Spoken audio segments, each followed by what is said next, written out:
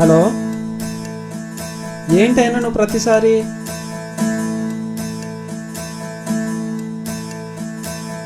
Month తాగొద్దంటావు, ఫ్రెండ్స్తో బయటికి వెళ్ళొద్దంటావు, అలా చేయి ఇలా చేయి అంటావు ప్రతిదానికి.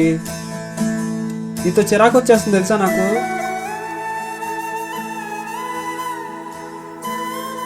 నీకోసం నీ ప్రాణాలు ఇచ్చేస్తా, కానీ నువ్వు అర్థం చేసుకో. సరే ఉంటా. నాకు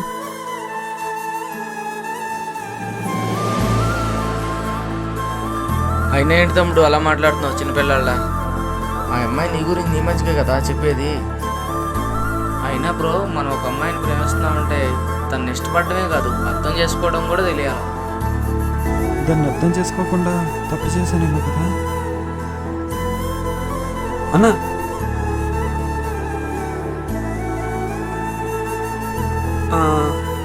సారీ అన్నా. అలాగే థ్యాంక్స్ కూడా. సర్లే తమ్ముడు, వీలైతే ప్రేమించు, మన ప్రాణాలే ఇవ్వక్కర్లేదు, మనం ఉన్నామన్న నమ్మకం వాళ్ళకి ఇస్తే చాలు.